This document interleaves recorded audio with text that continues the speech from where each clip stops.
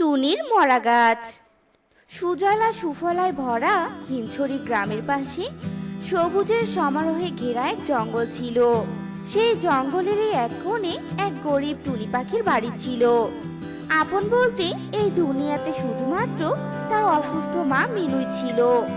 আর সয় সম্বল বলতে শুধুমাত্র একটা ভাঙাচোরা কুঁড়ে ঘর ছিল। সেই ঘরটাও ছিল অন্যের জমির উপরে।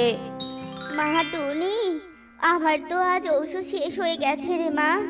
আজ যদি আনতে না পারিস তাহলে তো আমি আবারও অসুস্থ হয়ে যাব রে মা। তুমি চিন্তা করো না মা, আমি একটু পরে কাজে বের হব। তারপর বাড়ি ফেরার পথে তোমার জন্য আমি ঔষধ নিয়ে আসবো মা। আচ্ছা ঠিক আছে রে মা। এরপর টুনি কাজের জন্য বেরিয়ে পড়ে, কিন্তু ভাগ্য খারাপ হওয়াতে আজ আর টুনি কোনো কাজ পায় না। এরপর বাধ্য হয়েই দোকান থেকে বাকিতে মায়ের জন্য ওষুধ নিয়ে আসে টুনি। কি রে মা, আজ যে এত তাড়াতাড়ি বাড়ি ফিরে এলি? কাজ পাসনি বুঝি? আমিও এক অপদার্থ মা, যে অসুস্থ হয়ে ঘরে পড়ে আছি আর কম বয়সী মেয়েটাকে দিয়ে কাজ করাচ্ছি, আর রোজ রোজ ঔষধের জন্য ঘ্যান ঘ্যান করছি তোর সাথে। হায় ঈশ্বর, তুমি আমার এমন জীবন থেকে আমাকে তুলে নাও ঈশ্বর, তুলে নাও। আহ মা, তুমি এসব কি কথা বলছো বলো তো? আমি যে তোমার সেবা করতে পারছি এটাই তো অনেক। কজন পারে বলো মায়ের সেবা করতে? এখন ওষুধ খেয়ে চুপটি করে ঘুমিয়ে পড়ো তো। আমাকে চুপ করিয়ে আর কি হবে রে মা, বল। যা, তুই এখন হাত মুখ ধুয়ে খেয়ে নে। সারাদিন তো অনেক ধকল গেছে তোর উপর। আচ্ছা ঠিক আছে মা। এরপর টুনি মায়ের কথা মতো হাত মুখ ধুয়ে খেয়ে ঘুমিয়ে পড়ে। এদিকে সকাল হয়ে যায়। টুনি আবারও কাজের জন্য বের হয়। আর রাস্তায় যেতে যেতে হঠাৎ করে টুনি একটা মরা গাছকে দেখতে পায়। গাছটাকে দেখে একটা অদ্ভুত মায়া কাজ করে টুনির মধ্যে। মনে হচ্ছে এই গাছটা আমাকে ডাকছে, কিন্তু কি আছে এই গাছের মাঝে যা আমাকে এত আকৃষ্ট করছে? আমি বরং এক কাজ করি, এই গাছটাকে আমার বাড়িতে নিয়ে যাই।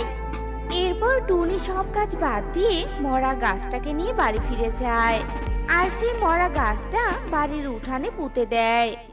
এই মরা গাছটাকে যে তুই লাগালি, এই গাছটার তো জীবিত হওয়ার কোনো লক্ষণই দেখতে পাচ্ছি না রে মা। মা, এটার পরিচর্যা করতে তো কোনো ক্ষতি নেই বলো। দেখি না মা, একটু চেষ্টা করে যদি এই গাছটা জীবিত হয়ে যায়। এই চিন্তা নিয়ে টুনি গাছটার পরিচর্যা শুরু করে। টুনি প্রত্যেকদিন গাছটার গোড়ায় জল দেয়, সার দেয়। এভাবে দিতে দিতে অনেকগুলো দিন কেটে যায়। আর মরা গাছে কচি পাতা দেওয়া শুরু হয়। প্রত্যেকটা ডালপালায় পাতা গজাতে থাকে। এ দেখে টুনি ভীষণ খুশি হয়। মা, মা দেখো, আমার পরিশ্রমের ফল পেয়ে গেছি আমি মা। আমার মরা গাছে পাতা গজিয়েছে, দেখো মা দেখো। এটা তো একটা ডালিম গাছ মনে হচ্ছে রে মা। তবে ভালোই হলো, এই গাছটায় যদি এখন ডালিম হয় তাহলে তুই সেগুলো বাজারে বিক্রি করে কিছু টাকা পাবি।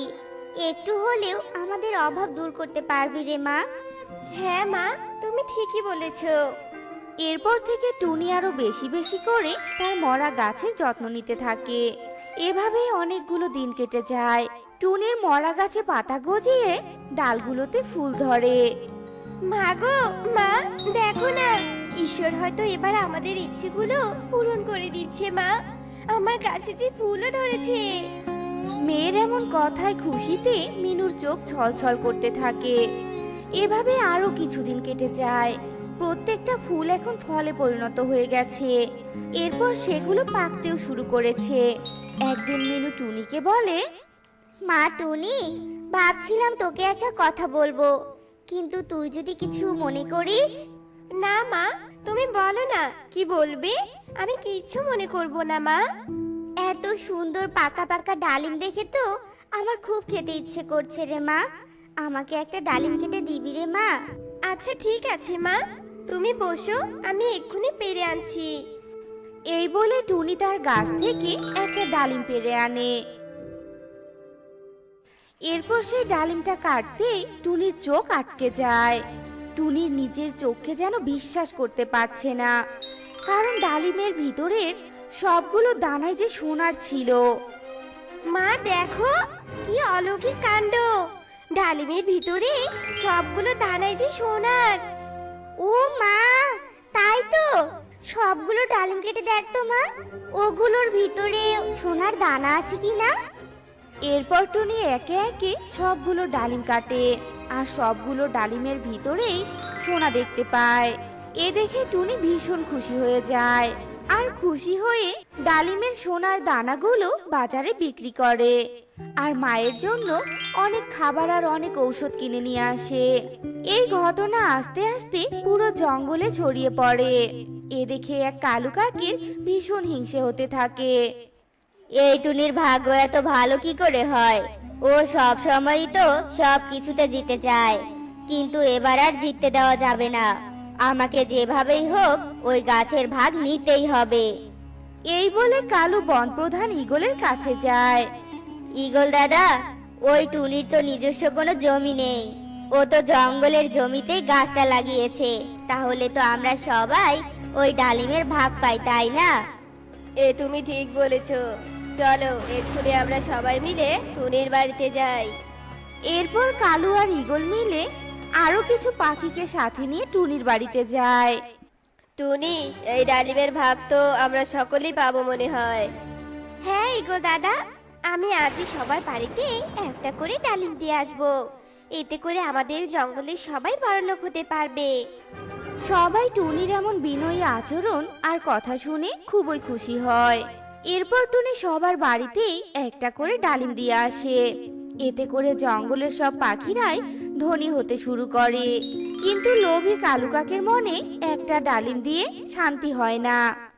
এই একটা একটা করে ডালিম বিক্রি করে তো আমি তেমন বড়লোকই হতে পারছি না।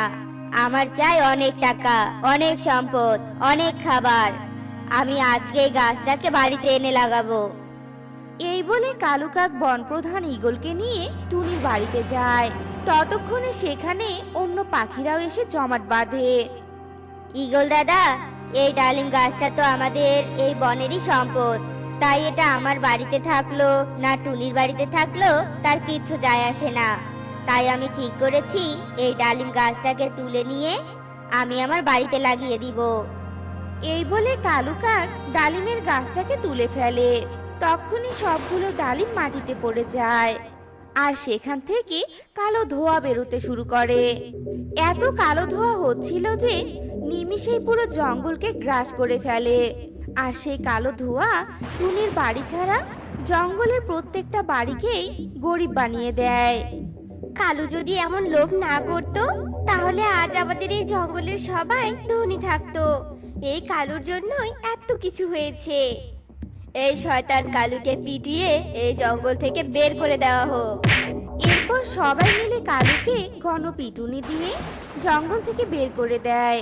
আর টুনি আবারও সেই ডালিম গাছকে মাটিতে পুঁতে রাখে আর পরিচর্যা করতে থাকে। তো বন্ধুরা, লোভ করে কখনোই অন্যের ক্ষতি করতে নেই, এতে করে নিজেরই ক্ষতি হয়ে যায়। আর আমাদের আজকের এই গল্পটি তোমাদের কাছে কেমন লেগেছে তা কমেন্টে জানাতে ভুলো না কিন্তু।